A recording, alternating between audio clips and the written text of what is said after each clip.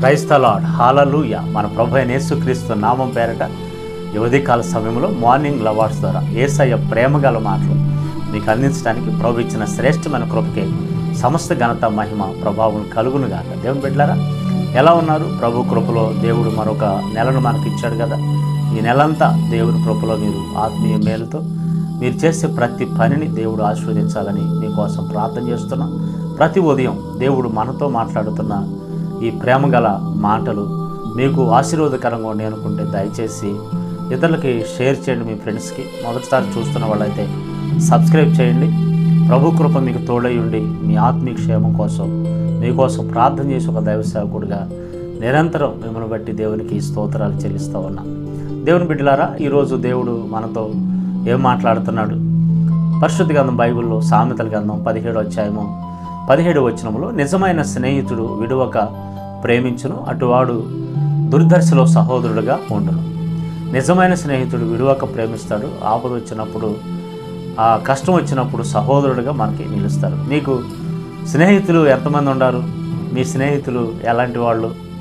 మన స్నేహితులు చాలాసార్లు కొన్నిసార్లు మనతో మాట్లాడతారు కదా, దే నువ్వంటే నాకు ఇష్టం రా, నువ్వంటే నాకు ఇష్టం, నీకోసం నా ప్రాణమైన పెడతారా, ఎట్టి పరిస్థితుల్లో ఏ కష్టం వచ్చినా నేను నిన్ను వదిలిపెట్టను రా, నేను నిన్ను వదిలిపెట్టను రా, నువ్వు నీకోసం నా ప్రాణమైన ఇస్తారా అని చెప్పి మనతో ఎట్లాంటి మాటలు మాట్లాడి కష్టం వచ్చినప్పుడు ఎక్కడుంటారో తెలియదు. వాళ్ళు దూరం అయిపోతారు, ఏమైపోతారు. అరే నా కోసం ప్రాణమైన ఇస్తారన్నవాడు వీడు ఏమైపోయాడు, ఎక్కడికి వెళ్ళిపోయాడు అని మనం ఆలోచన చేస్తాం. అంటే ఇది లోక స్నేహం. నా ప్రియ దేవుని బిడ్డలారా, పరిశుద్ధ గ్రంథం బైబిల్లో ఖచ్చితంగా చెప్తుంది నిజమైన స్నేహితుడు ఎవరు? నిజమైన స్నేహితుడు అబ్రహాం గురించి దేవుడు ఒక మాట చెప్పాడు, నా స్నేహితుడైన అబ్రహాం. దేవునికి స్నేహితుడు అంట అబ్రహాం. అందుకనే అబ్రహాం అంతవరకు దేవుడిని వదిలిపెట్టలేదు. అబ్రహాముకి అండదండలుగా దేవుడు కూడా నిలిచాడు.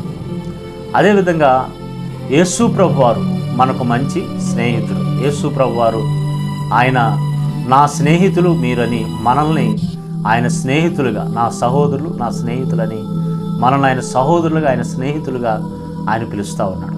మనం యేసు ప్రభువారి యొక్క స్నేహితులు. ఆయన నిజమైన స్నేహితుడు.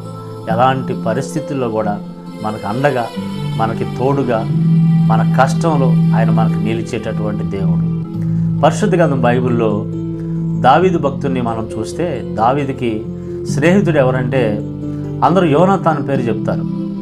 ఎందుకంటే స్త్రీలు చూపు ప్రేమ కంటే అధికమైన ప్రేమను నాకు చూపావు యోనాతాన్, నా ప్రాణ స్నేహితుడు, ప్రాణానికి ప్రాణంగా ప్రేమించినటువంటి ప్రాణ స్నేహితుడని యోనాతాను గురించి భక్తుడైన దావీదు చెప్తున్న సందర్భాలు మనం చూస్తాం. వాళ్ళిద్దరు అంత గాఢంగా ప్రేమించుకున్నారు. కానీ దావీదుకి మరొక స్నేహితుడు ఉంటాడు, కష్టాల్లో నిలబడ్డాడు. ఆయన 2వ సమూయేలు గ్రంథము 15వ అధ్యాయం 32వ వచనం నుంచి మనకు కనిపిస్తాడు. అబ్షాలోము తను తాను రాజుగా ప్రకటించుకొని దావీదు దగ్గర ఉన్నవారిని కొంతమంది సమకూర్చుకొని యెరూషలేములకు పోయినప్పుడు దావీదు అబ్షాలోము చేతుల నుంచి తప్పించుకోవడానికి పారిపోతాడు. దావీదు కొంతమంది జనం ఆయనతో పాటు వెంబడిస్తారు. అలా పారిపోతున్న సమయంలో ఒలీవల చెట్లు కొండ దగ్గరికి దావీదు వస్తాడు. ఆ కొండ దగ్గర ఆరాధన స్థలం ఒకటి ఉందంట. ఆ ఆరాధన స్థలం దగ్గర నెత్తి మీద ధూళ్ళు పోసుకొని వస్త్రాలు చింపుకొని హోషై అనేటటువంటి దావీదు యొక్క స్నేహితుడు దావీదును దర్శించాడు. ఇక్కడ నాకు సంతోషకరమైనటువంటి విషయం ఏంటంటే, మనం సంతోషించేటటువంటి విషయం, ఈ హోషై అనేటటువంటి వీళ్ళు మరి కానాను ప్రాంతంలో ఒక అర్కీయుడైనటువంటి వ్యక్తి అని, అంటే అదొక ఊరు కానాను ప్రాంతంలో, ఆ ఊరికి సంబంధించినటువంటి వాళ్ళు వీళ్ళు. ఇతను మరి దావీదుతో స్నేహం చేయటం అనేది చాలా ఇంపార్టెంట్. బెన్యామీనీయులు గోత్రానికి ఇచ్చినటువంటి స్వాస్థ్యంలో ఈ అర్కీయులు, ఈ బెన్యామీనీయులు వాళ్ళు కలిసి అక్కడ నివసిస్తారు ఒకరికొకరు. వాస్తవానికి వీళ్ళు ఇజ్రాయేలు జాతితో కలిసి ఉండటానికి లేకుండా వీళ్ళు వేరుగా బ్రతకాలి. కానీ వీళ్ళు ఈ దావీదు యొక్క సమాజంలో కలిసి వీళ్ళతో స్నేహం చేయటానికి అతను ఇష్టపడ్డాడు. అతని పేరుకి అర్థం ఏంటంటే త్వరగా పనిచేసేవాడంట, త్వరగా పనిచేస్తాడంట. హోషై అంటే త్వరగా పనిచేస్తాడంట. ఇతనికి దావీదు స్నేహితుడు. 15:37 వచనంలో ఆ మాట కనిపిస్తుంది. ఇతను దావీదుని ఆ ధూళి పోసుకొని మరి వస్త్రం చింపుకొని దావీదు విషయమై బాధపడుతున్నాడు. ధూళి పోసుకోవటం అంటే ఉపవాసం ఉంటున్నాడు, ఆరాధన స్థలంలో ఉన్నాడు ఇతను. అంటే దావీదు కోసం ప్రార్థన చేసే పరిస్థితి, దావీదు కోసం ఉపవాసం ఉండే పరిస్థితి, దావీదు యొక్క కష్టాన్ని ఏడుపుని ఇతను కూడా పంచుకుంటున్నాడు, భరిస్తున్నాడు. ఇతను దావీదు యొక్క స్నేహితుడు. దావీదు అంటాడు, నువ్వు నాతో పాటు రాకూడదు, నువ్వు అబ్షాలోము దగ్గరికి వెళ్తే నాకు క్షేమం కలుగుద్ది, కాబట్టి నువ్వు అక్కడికి వెళ్ళి నేను నీతో ఉంటానని అబ్షాలోముతో చెప్పి అబ్షాలోము బ్యాచీలో నువ్వు అక్కడ జాయిన్ అవ్వని దావీదు అబ్షాలోమును హూషాయిని పంపిస్తాడు అబ్షాలోము దగ్గరికి. వెళ్ళిన తర్వాత అక్కడ దావీదు యొక్క సలహాదారుడైనటువంటి అహీతోపెలు కూడా అబ్షాలోము దగ్గరికి చేరిపోతాడు, అంటే దావీదుకి వ్యతిరేకంగా. ఇప్పుడు హూషాయి అబ్షాలోము దగ్గరికి వచ్చిన తర్వాత దావీదు స్నేహితుడైన హూషాయి కష్టకాలాల్లో నీ స్నేహితుడికి అండగా ఉండాల్సింది, నువ్వు ఇక్కడికి వచ్చావేంది అంటాడు అబ్షాలోము. చూడండి, కష్టకాలాల్లో నీ స్నేహితుడికి నువ్వు అండగా ఉండాలి కదా. అంటే వాళ్ళిద్దరు స్నేహితులు, హూషాయను దావీదు. అబ్షాలోము అంటున్నాడు. కాబట్టి అప్పుడు హూషాయి అంటాడు, నేను రాజుగా దేవుడు ఎవరినైతే నియమిస్తాడో ఆ రాజుతోనే నేను ఉండాలి కదా. అతను మాట్లాడిన మాటలో అంతర్భావం ఉంది, అతని దగ్గరే నిలవాలి కదా అని చెప్తే అబ్షాలోము తన సలహాదారుడిగా హూషాయిని పెట్టుకుంటాడు. ఆ సందర్భంలో నా ప్రియ దేవుని బిడ్డలారా, దావీదుకి ఒక సహకారిగా, ఒక నమ్మకమైన వ్యక్తిగా, దావీదు యొక్క శత్రువు అయిన అబ్షాలోము దగ్గర హూషాయి ఉండి, ఒకవేళ ఇతను దావీదు పక్షాన వహిస్తున్నాడని అబ్షాలోము తెలిస్తే హూషాయిని చంపేస్తారు. కానీ ప్రాణం పోయినా పర్వాలేదు, రాజైన నా స్నేహితుడైన దావీదుకి అండగా నిలబడాలని దావీదున్న కష్టాల్లో, దుర్దశలో, ఇబ్బందుల్లో, కన్నీటిలో, వేదనలో, పారిపోతున్న పరిస్థితుల్లో దావీదు పక్షాన సమాచారాన్ని దావీదుకి అందించి దావీదుని కాపాడాలని, దావీదుకి అండగా ఉండాలని ఒక మంచి ఆలోచన కలిగిన ఒక మంచి స్నేహితుడిగా, దావీదు కష్టంలో దావీదు కోసం నిలబడిన వ్యక్తిగా ఈ హూషాయి కనిపిస్తాడు.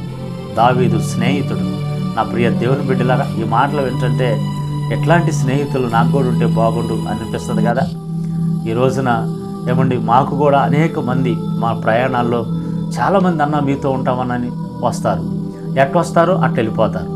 కొన్నాళ్ళు వాడుకుంటారు, ఆర్థికంగా వాడుకుంటారు, ఆత్మీయంగా వాడుకుంటారు, వాడుకొని ఇంక అన్న దగ్గర ఏమి లేదని వెళ్ళిపోయిన వాళ్ళు చాలామంది ఉంటారు.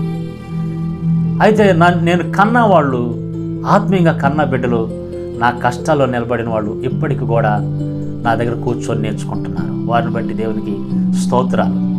హూషాయి లాంటి వాళ్ళు ఇప్పటికీ నా దగ్గర ఉన్నారు.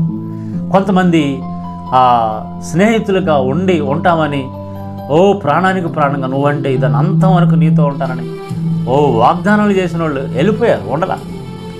కానీ కన్న బిడ్డలు కొంతమంది ఇప్పటికీ కూడా ఉంటారు, కష్టాల్లో నిలబడ్డారు, అండగా ఉండారు. వారిని బట్టి దేవునికి స్తోత్రం. నా ప్రియ దేవుని బిడ్డలారా, ఈరోజు ఈ మాటలు వింటున్న నీకు నీ స్నేహితులు ఎలాంటి వాళ్ళు? నీ కష్టాల్లో నిలబడి వాళ్ళేనా? నీ ఇబ్బందులు నిలబడిన వాళ్ళేనా? నీ శ్రమల్లో నిలబడిన వాళ్ళేనా?